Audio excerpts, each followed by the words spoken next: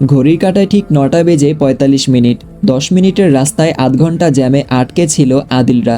অবশেষে হসপিটালের সামনে এসে গাড়ি থামায় আদিল। ভেতরে ঢুকেই সুব্রতা ছুটে সাদাবের কেবিনে। ভাইয়ের মাথায় ব্যান্ডেজ, হাতে স্যালাইন লাগানো, চেহারায় ভীষণ ক্লান্তি আর দুশ্চিন্তার ছাপ। এমন অবস্থায় ভাইকে দেখে ভেতরটা কেঁদে ওঠে সুব্রতার। আলিনা বসার জায়গা করে দেয় সুব্রতাকে। ওকে দেখেই সাদাব অস্থির হয়ে যায়। উঠে বসার চেষ্টা করতেই আলিনা আর শাহিদ মিলে সাদাবকে শান্ত করে। সাদাব অস্থির কণ্ঠে বোনের গালে হাত রেখে বলে, তুই ঠিক আছিস তো সুব্রতা?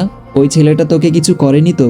সুব্রতা ভাইয়ের হাত ধরে শান্ত গলায় বলে, আমি ঠিক আছি ভাইয়া, ওই লোক কিছু করতে পারেনি আমার। তাকে তার উপযুক্ত শাস্তি দিয়েছি আমি। শেষ কথাটুকু বলার সময় সুব্রতার কণ্ঠ কঠিন হয়ে এলো। চেহারায় মিহানের উপর তীব্র রাগ আর ঘৃণা ফুটে উঠেছে।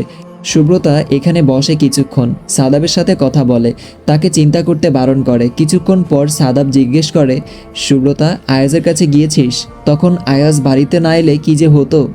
কথাটা বলেই চোখ বন্ধ করে ফেলে সাদাব। চোখ বন্ধ রেখেই বলে, সুব্রতা তুই যা, দেখা করে আয়, ছেলেটা তোর অপেক্ষায় আছে নিশ্চয়ই। আয়াজ ভীষণ ভালোবাসে তোকে, তুই না গেলে কষ্ট পাবে।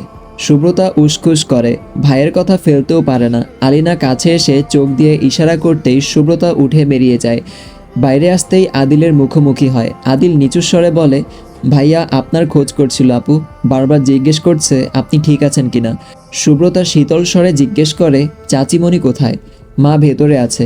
আচ্ছা আমি যাচ্ছি। সুব্রতা এগোলো আয়েজের কেবিনের দিকে। সেখান থেকেই আরিশ চৌধুরী আর ফারহানা চৌধুরী দেখা করে বেরিয়েছেন। সুব্রতাকে আসতে দেখে মানহাস চৌধুরী বেরিয়ে এসে ওকে জায়গা করে দেন।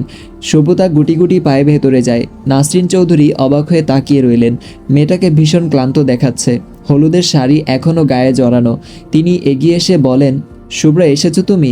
যাও, আয়েজের সাথে কথা বলো, ও বারবার তোমার কথাই জিজ্ঞেস করছিল। সুব্রতা ভদ্রভাবে মাথা নেড়ে এগোয়। নাসরিন চৌধুরী বেরিয়ে পড়েন। ওদের আলাদা কথা বলার সুযোগ করে দিয়ে বাইরে এসে বসেন। সুব্রতা ধীরে ধীরে এগিয়ে গিয়ে আয়াজের বেডের পাশে দাঁড়ায়। কপালে বাঁ হাতে আর পায়ে ব্যান্ডেজ আয়াজের, ডান হাতে স্যালাইন লাগানো, ফর্সা চেহারায় মারের দাগ, ঠোঁটের কোণে রক্ত জমে আছে এখনও। আয়াজ চোখ বুজে আছে, তাই সুব্রতা আর ডাকলো না তাকে।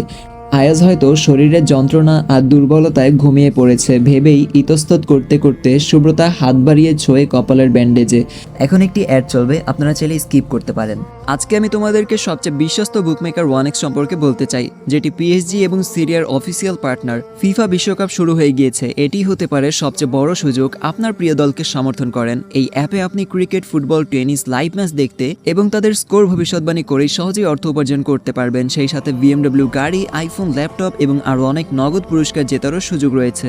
এই অ্যাপটিতে আপনি crash, crystal, under and over 21 ইত্যাদি গেম খেলে সহজে আয় করতে পারবেন। সাইন আপ করার সময় আমার প্রচার কোড ওয়ানমারু ব্যবহার করে আপনার প্রথম জমাতে 24,000 টাকা পর্যন্ত পান। আপনি বিকাশ, নগদ, রকেট উপায়, ব্যাংক, ক্রিপ্টো, পেপ্যাল এবং অন্যান্য সহজ পদ্ধতির মাধ্যমে সহজেই আপনার জেতা টাকা তুলতে পারবেন। এখানে আপনি 24 ঘন্টা 7 দিন গ্রাহক সহায়তা পাবেন। তাই গুগলে 1x সার্চ করে অফিসিয়াল ওয়েবসাইটটিতে গিয়ে রেজিস্ট্রেশন করুন। আর রেজিস্ট্রেশনের সময় অবশ্যই আমার প্রচার কোড ওয়ানমারু ব্যবহার করে প্রথমবার ডিপোজিটে 24,000 টাকা পর্যন্ত পান। আচমকাই আয়াস বাঁ হাত দিয়ে কবজি চেপে ধরে সুব্রতার। ধীরে ধীরে বলে ওঠে, এসেছেন সুব্রতা, আপনি ঠিক আছেন তো? আয়াস চোখ মেলে। সুব্রতাকে পাশে দাঁড়িয়ে থাকতে দেখে বলে, একটা অনুরোধ করব, রাখবেন? সুব্রতা নরম স্বরে বলে, বলুন।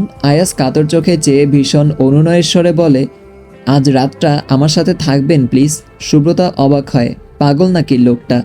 বিয়ের আগেই এমন আবদার? সুব্রতার সঙ্গে সঙ্গেই নাকচ করে, এটা অসম্ভব তানবীর, আপনি অসুস্থ, তাই হয়তো এমন বলছেন। আমার এখানে থাকাটা এখন সবাই ভালো চোখে দেখবে না।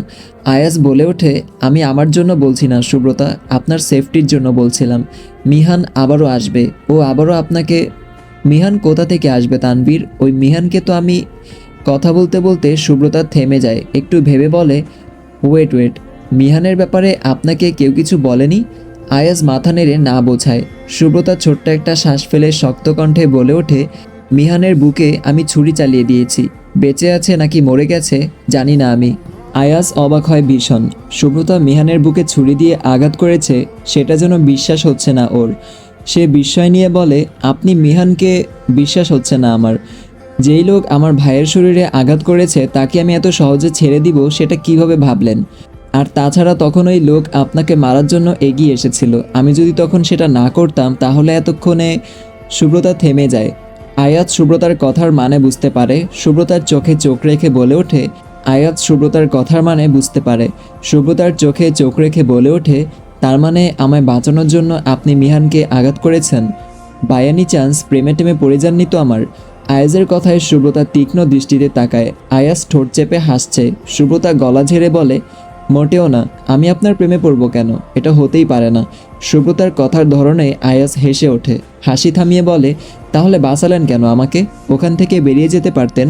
সুব্রতা রেগে গেল, দাঁতে দাঁত চেপে বলল, ওখানে শুধু আপনি ছিলেন না তানভীর, আমার ভাইয়াও ছিল। আর আমি এতটাও স্বার্থপর নই যে আপনাদের এমন বিপদের মুখে ঠেলে দিয়ে আমি চলে আসতাম।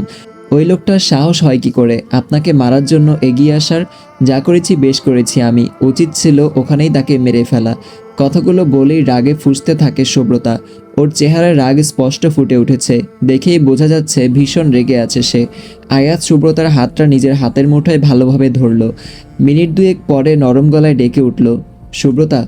অন্যদিকে চেয়ে আছে সুব্রতা। আয়াজ ফের ডাকলো দুবার। সুব্রতা সাড়া দিল না। আয়াজ এবারে বলে উঠল, আচ্ছা আই এম সরি। আর এসব বলে আপনাকে রাগাবো না। এদিকে তো তাকান প্লিজ সুব্রতা। সুব্রতা এবার তাকালো। আয়াজ বলে উঠল, আমাকে কি নিজ ইচ্ছায় দেখতে এসেছেন, নাকি বাড়ির সবাই ঠেলে ঠুলে কেবিনে ঢুকিয়ে দিয়েছে? আপনার কি মনে হয়? সুব্রতার কথায় আয়াজ খানিকটা ভাবার ভঙ্গিতে বলে উঠল, বুঝতে পারছি না, তবে মনে হচ্ছে নিজ ইচ্ছায় এসেছেন। কেবিনে এসে আমার চোখ বন্ধ দেখে ভেবেছেন ঘুমিয়ে পড়েছি। আর কেউ সুযোগে নিজের মনের ইচ্ছাকে প্রাধান্য দিয়ে আমার কপালে হাত ছুঁয়ে দিয়েছেন। আর সেই সুযোগে নিজের মনের ইচ্ছাকে প্রাধান্য দিয়ে আমার কপালে হাত ছুঁয়ে দিয়েছেন। আর তার থেকেই বোঝা যাচ্ছে।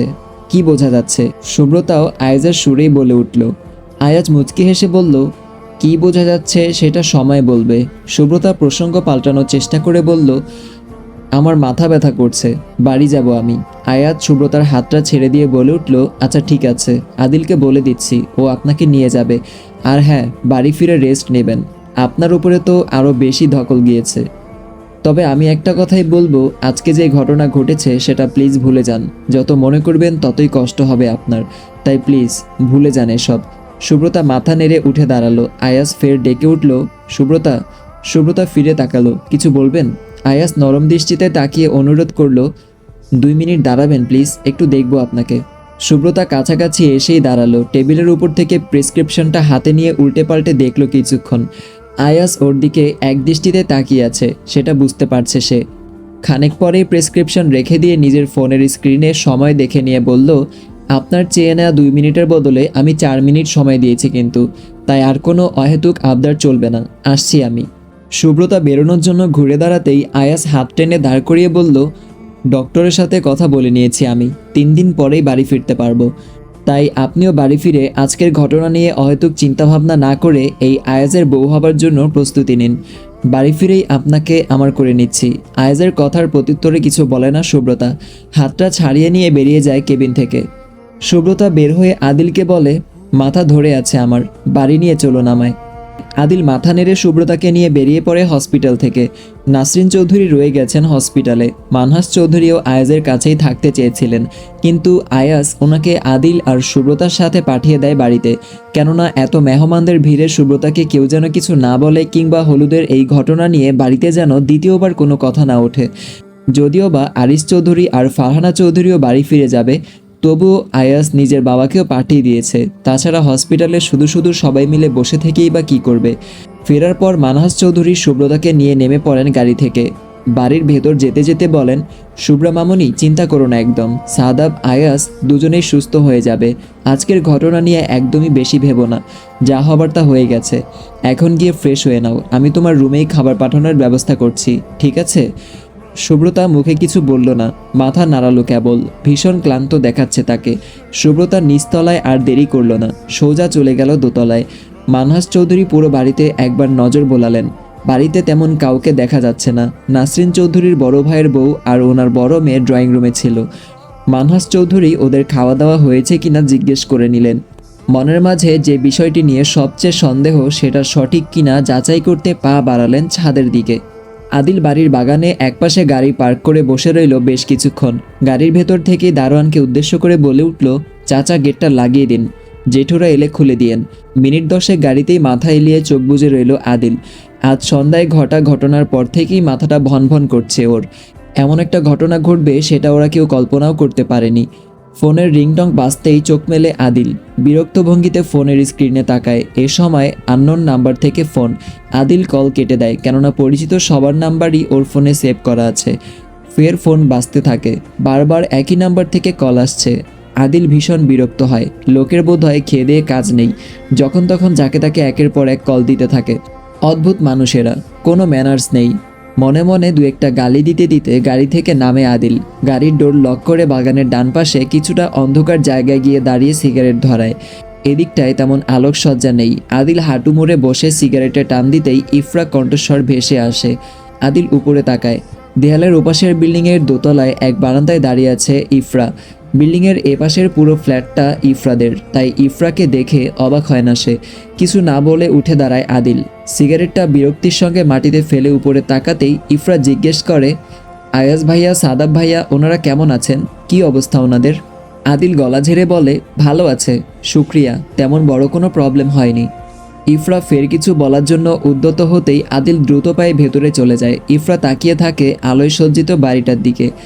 যে বাড়িতে আজ আনন্দ অনুষ্ঠানে মুখরিত থাকার কথা, সেই বাড়ির প্রত্যেকটা সদস্যদের মনের উপর দিয়ে যে কী পরিমাণ ঝড় বয়ে গেছে সেটা ইফরা উপলব্ধি করতে পারছে। সন্ধ্যায় ঘটা ঘটনার দৃশ্যগুলো মনে হতেই ছোট্ট একটা শ্বাস ফেলে ইফরা। ভেতরের ঘর থেকে মায়ের ডাক ভেসে আসে। ইফরা আর দাঁড়ায় না, বারান্দা থেকে প্রস্থান করে নিঃশব্দে।